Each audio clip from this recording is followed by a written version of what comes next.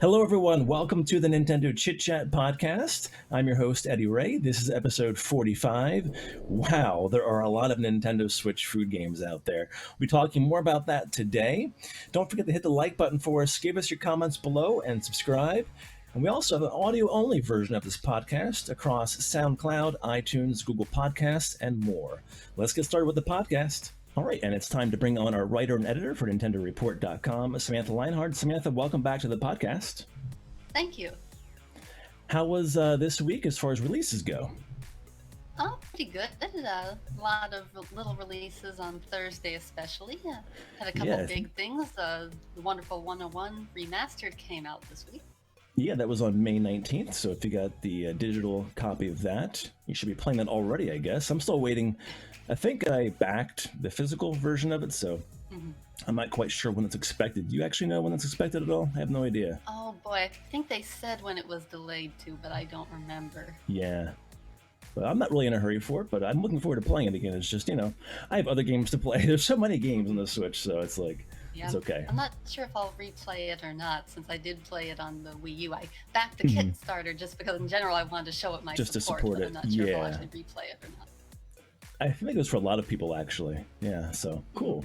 Yeah, I counted 21 releases, so if you guys want something to play, check the eShop. Because seriously, there's at least 15, 20 games every week in the eShop releasing, so a couple notable ones here, for me anyway. Let's see here. Concept Destruction came out on May 22nd, yesterday. That's a demolition derby game. It's pretty cool. All of the cars are made of cardboard, and you play around crushing into other cars, up to 10 cars. And you can play with a friend, I think, as well, locally. So that's kind of cool. We have a video on our YouTube channel for that, Nintendo Chit Chat, so check that out. Let's see here. Another chess game came out. It's pretty much just chess. So if you like chess, there's that one, plus I think a few others too regarding chess. Any other ones stick out to you here in the new releases? Oh, well, it stood out to me that we've got two different golf games this week. So if you're a golf fan, we've got Golf with Your Friends on May 19th, and then on May 21st, What the Golf came out. Yeah, I checked into What the Golf too. That's a really silly physics and crazy game involving horses and cars and not just golf, but it's you got to put the house into it. Just watch the trailer. It's really strange. It's hard to explain. It's just super silly, but yeah, it's cool. So a bunch of golf games. It's also Red Wings Aces of the Sky. That's a kind of action shooting game based on historical events. There's 10 historical warplanes to fight with, and also some, I think, kind of made-up scenarios too in the game. So check them out if you're interested in that. And as far as I go, I think that's all for me here in the releases. Anything else for you, Samantha? I know last week we discussed Real Mist, and that came out this week. There's also Monster Prom, which came out this week, and I don't remember why I've heard of that game, but I recognized the name when I saw it. Yeah, that sounds familiar. It must be like a series of games, I'm guessing. Oh, I don't know. It does sound familiar to me too. I think I may have saw a trailer or something on it or whatever a while back, but it's also released on May 21st. But if you guys want to see all the new releases, do check out NintendoReport.com. We have the article up every Monday afternoon of the games coming out this week in the eShop. And again, a lot of games. So if you want something to play, check out the new releases and check the eShop for some fun games. All right, we'll move into the Nintendo News Bites. And how was this week's worth of news? This week, a lot of little announcements here and there, but sort of lacking those big announcements that really get your attention. Yeah, so nothing big. Do you think, since E3 is canceled and really no digital events, do you think we'll get any kind of surprise, like E3 day announcement from Nintendo at all?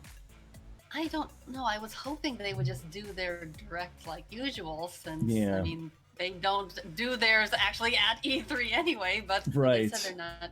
Well, they haven't actually said they aren't doing that, have they? It's just a rumor that's going around that there's going to be a lot of announcements just dropped individually like Paper Mario was, instead of having it direct. Yeah, I think they kind of maybe broke the direct up into just wanting to release the single announcements over time. I'm just guessing because with the pandemic, I'm sure a lot of things are just kind of tough to put together as far as trailers go and builds of games and information. So rather than trying to facilitate all of that into one presentation, just focus on one project at a time, probably release it that way. So that's my thoughts on that too. So I don't know, we'll see. It would be kind of cool if we got a few little bigger announcements during the E3 time period, maybe. So we'll see. Yes. Only a couple of weeks away. Holiday and it's gone this year. I know, exactly. It's like nothing to look forward to, really, right? But so we have a Metroid game coming to the Switch here. What's this called? Well, not an actual Metroid game. Or Metroidvania type game, I should say, yeah. Yeah, don't want to get anyone's hopes up there. Oops. An indie Metroidvania called Mind Seeds, which came out earlier this year for PC, is now coming to the Switch in September. The digital release is clearly set for September, but then First Press Games is planning to do a physical release as well. Cool. So that is Mind Seeds, and there's a Steam launch trailer we have embedded on NintendoReport.com. So if you want to see that, go check it out. All right. And this next game here, am I pronouncing it? Is it called Baroque? I think it's Baroque, although I'm not positive. I think it's Baroque. Yeah. Okay, so Baroque has been announced for the Switch, and this is an older action game. Is that right? Yes, so this is a 1998 game released for the Sega Saturn, I think? Anyway, so it was eventually remade for the PlayStation 2 and the Wii, but this is actually the original game, the original 1998 game being ported to the Switch, at least in Japan. They haven't given any localization details yet. Okay, very cool.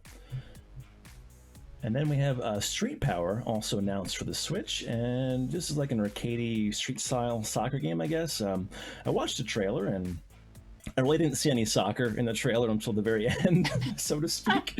I mean, it's street soccer, so it's like lots of you're kicking the ball into different targets and then dribbling and juggling the ball too. But and they finally showed some gameplay at the end of the actual street game, which was pretty fun, with some, I guess, power-ups and that kind of thing, like arcade-style moves. So it looks pretty neat.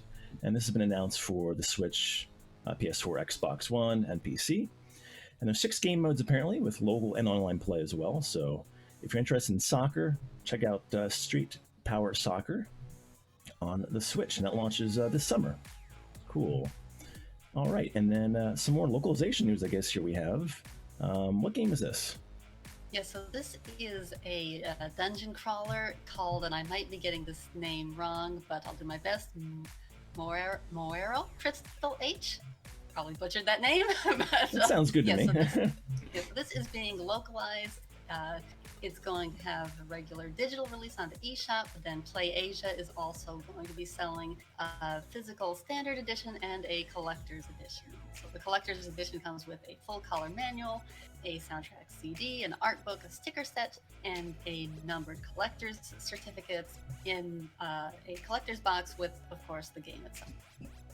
Okay, very cool. So yeah, Moero Crystal H. Excellent. All right, moving on, we have some updates here. We have Bloodstained Ritual of the Night getting the update, which is version 1.10, which is now live, right? Yes, this is out now. It had come to previous versions of Bloodstained a couple weeks ago, I think, but now it's out for the Switch as well. So this update adds Zangetsu as a playable character after you beat the game at least once with a good ending, and it also adds a randomizer mode, which lets you change goals, change where and how key items will spawn, and all sorts of things. So basically a lot of things to make subsequent playthroughs more interesting. Excellent. And so I guess you get this character here as long as you completed the game at least once with the good ending, it says. So yes. Cool. So that's update is live right now, guys. If you have the game, do check that out. And that wraps up our news bites for this week. Again, go to NintendoReport.com for all the latest news and new releases. And we'll go over to our next article here. And I think I asked you a couple weeks ago, we have an article live now on NintendoReport.com, to do like a top 5 of food-based games on the Switch. There's a ton. It's a ton of food-based games. We were talking earlier before recording the podcast here, and there's got to be at least 20 or 30. I mean, probably even more food-based games on the Switch. So let's kind of break these down one by one. Too. Yeah, exactly, which is really cool. So it's not just cooking food. There's lots of other genres, as you said. So let's talk about the first one here. Which one is this one? So this first one is All-Star Fruit Racing, which you brought to my attention. So I assume you played it, or you're at least familiar with it. Yep. So yeah, this is a kart racer, but everything is based around fruit. So you're collecting fruit to power up your juicer, which lets you use fruit-based moves to attack your opponents, or I guess boost your speed, or whatever else to get ahead. Yeah, this is actually a game I think we talked about on a podcast back in 2018, probably like mid 2018, and I was kind of disappointed because I think when we mentioned it in the new releases of the news that it wasn't including an online mode at that time. And then I saw recently, I'm not sure when it was actually added, but they actually added a full online mode too as well. So I bought it a few months back, and it's a really decent game. It plays well. It's pretty well polished game too. It's a lot of fun. So if you like kart racers and food, check out All-Star Fruit Racing. That is on our list here for the top 5 food-based games on the Switch. And what is the next game, Samantha? So the next one on the list is Waku Waku Sweets, which is a game, a sort of a cooking sim game where you work as a pastry chef. And so your goal is to go around and talk to the different townspeople, and they'll ask you for things or make requests for specific types of sweets you want. And then you'll make cakes and cookies and all sorts of little desserts like that. And it features over 100 real recipes. That's pretty cool. So if you have a taste for sugar and a sweet spot, check out that game. Did we do a review of this game? It sounds familiar to me. Okay. No, we reviewed a different one, which was a visual novel. I can't remember what the title was now. Was that based around sweets as well? Yeah, someone, I can't remember the main character's name now, and The Ultimate Sweet. Yeah, that was a visual novel. So gotcha. The candy was definitely a theme there. But that's what I kind of thought. Like it kind of like clicked into my head. I'm like, it sounds a little bit familiar, but okay, that's cool. All right, and then we have, of course, a pretty popular game on Switch here, Overcooked 2 as well, Samantha. Yes. So the Overcooked series in general is this sort of co-op, trying to fill these orders, but you need to work together with your friends to have one person preparing one part of the meal and the other person cleaning the dishes or getting another ingredient ready. And so the basic idea is that while you can play solo, the best way to do it is to play with your friends. And I see a typo there in the article I wrote with friends. That's okay. But the idea is so that you'll be working together to try to get these orders filled in time, and it gets very frantic and chaotic and stuff like that. Yeah, I think it's one of the more probably popular food-based games on the Switch here's Overcooked series. So Overcooked 2 made the list. And then we also have another food game here, a couple of them actually. We have Cook Serve Delicious 2 as well, Samantha. Yeah, so this is another one sort of in that vein of frantic, trying to fill orders sort of style. So in this one, it's actually more of a restaurant management simulation where you start out with your little restaurant, your little obscure restaurant, and you work your way up managing all aspects of the restaurant. And it has a 60-hour campaign, so that's a lot of game time. Wow. And again, trying to fill orders, but also handling other aspects of the restaurant management as well. Very cool. And then to round our top 5 here for the food-themed Switch games, I think we did a review and an interview of this. Is that correct? I think so, yes. This is I know I played it, Brigade. So I'm pretty sure I reviewed it as well. Yeah. So Battle Chef Brigade, and tell us a little bit about this game as well. Right, so Battle Chef Brigade is sort of an odd combination of things. The best way to think about it is Fantasy Iron Chef. And so basically it combines this food preparation match 3 puzzles with brawler combat. So you're in this fantasy world, entered into this cooking competition, and so you go out and fight monsters and collect the ingredients from the monsters, and then come back and use the ingredients to cook meals and hope it impresses the judges.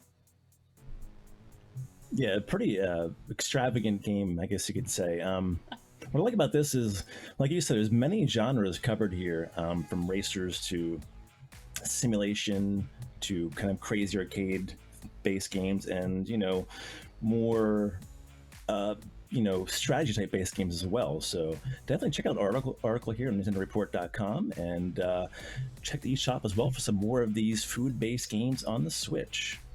All right, if you guys want to send questions to the show, you can do that through Discord. The invite link is below in the video description of this podcast, or email us nintendochitchat@gmail.com with your questions, and thank you very much.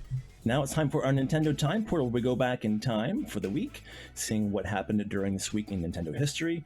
This time it's for May 17th through May 23rd, and we have a very interesting game here, Samantha, so take it away. All right, so we're starting out with May 18, 2010, which was the date that Blue Dragon Awakened Shadow came to North America.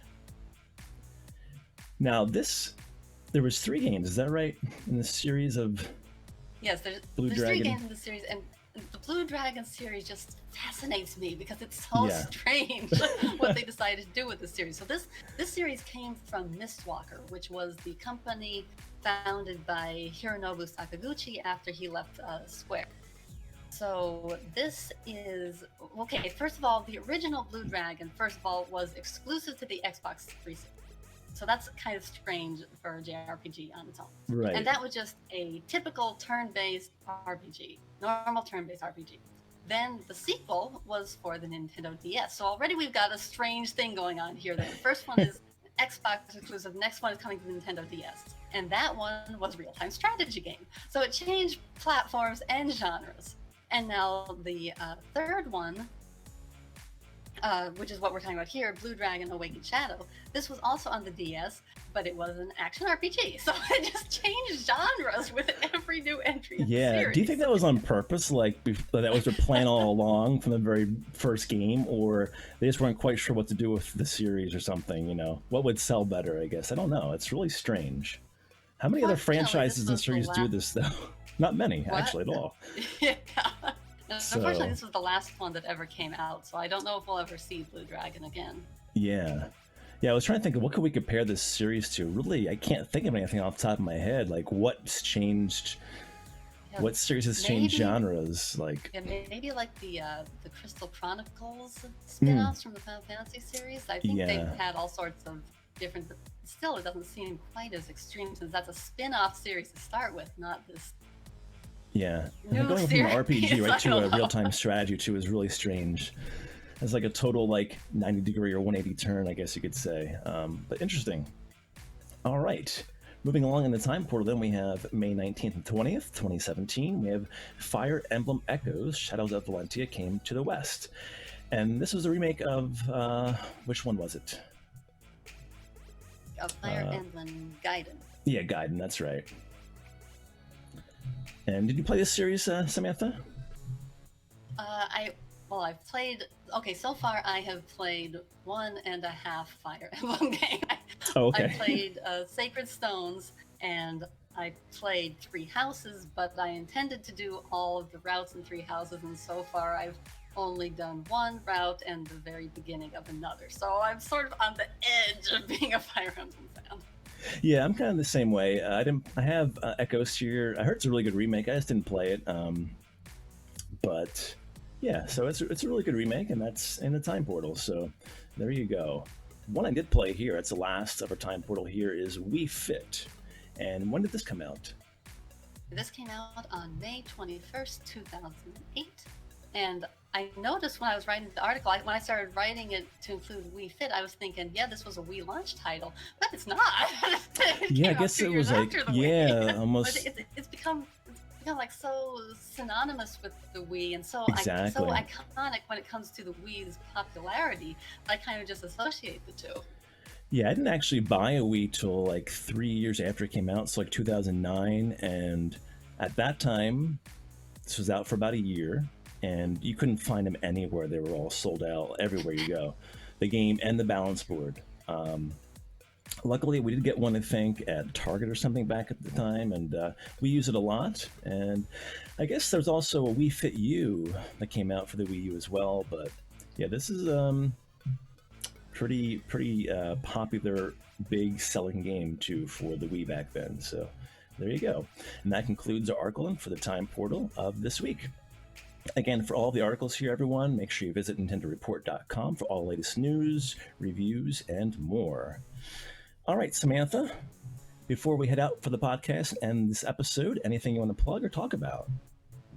The only thing I'll mention is that last week I mentioned setting up my Wii U for the first time in a while to play Paper Mario Color Splash, and I did get it started. I'm not entirely sold on it yet, but I'm giving it an honest chance. I really am. Good. I appreciate that. I'm sure we all do. Mine is still sealed. Yeah, mine is still sealed, but... So did your granny ever get to listen to the podcast last week? I also wanted to ask you that. Unfortunately, no. By the time it was up and we could send her the link, she had decided that she didn't like the tablet. Oh, wow. Right now, she is not planning. So she is disconnected right now. No problem. Well, Samantha, thanks for joining us in the podcast, and we'll see you next week. And that wraps up the Nintendo Chit Chat Podcast, episode 45. I'm your host, EDDY RAY. Thanks for watching, and we'll see you back here next week.